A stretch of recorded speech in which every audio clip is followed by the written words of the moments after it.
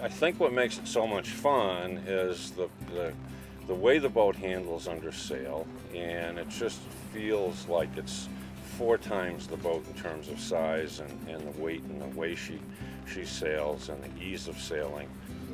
He was towing either way. And the friends you make and the people you meet and the people who give you the high fives as you're going through this harbor or that. It just brings back that nostalgia that people have for this type of boat.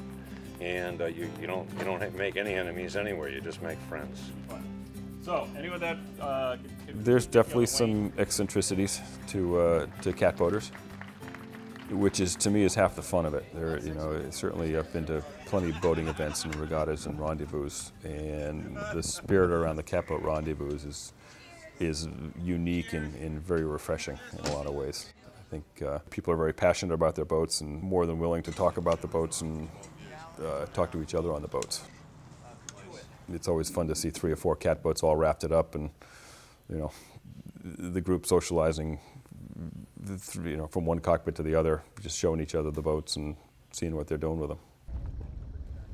I've been in plenty of the harbors out here and in bigger boats and watched catboats sail into the harbor, sail right past the fleet, right up in shallow water, and find their own little private corner of the harbor and drop an anchor, and they're good for the night.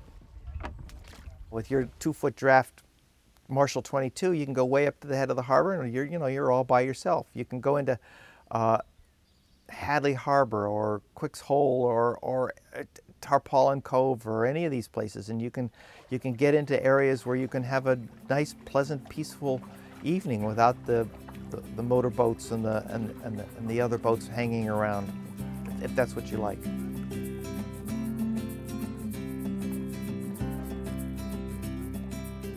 Well, you can get into almost anywhere, gunk holes or whatever. Like with our boat, it's only 2 feet draft, so you can even stick it on a beach if you want to.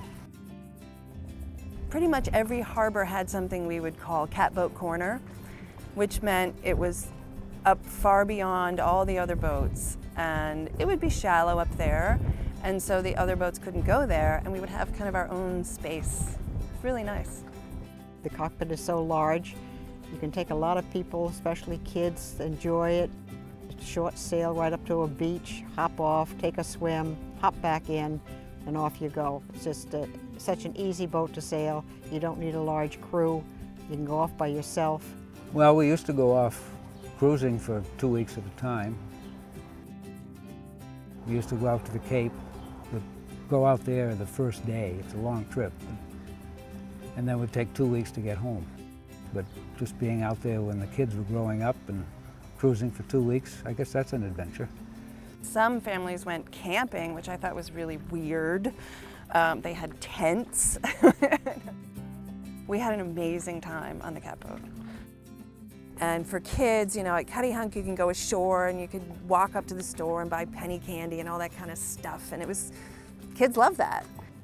I think for kids to get involved in catboats, it's a great way to get started boating because quite often they're sailing with their parents or grandparents.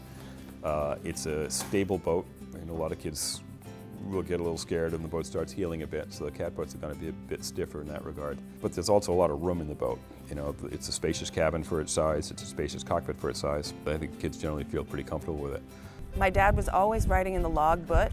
At the end of every day, he would write down what we did. We've got a pretty good history right there. It's just part of my life, just going out there periodically. Especially when I was working and I needed a vacation, and just getting out there, all of a sudden I'm free. I think that's what the feeling is. We go where we want to go, when we want to do it, Freedom.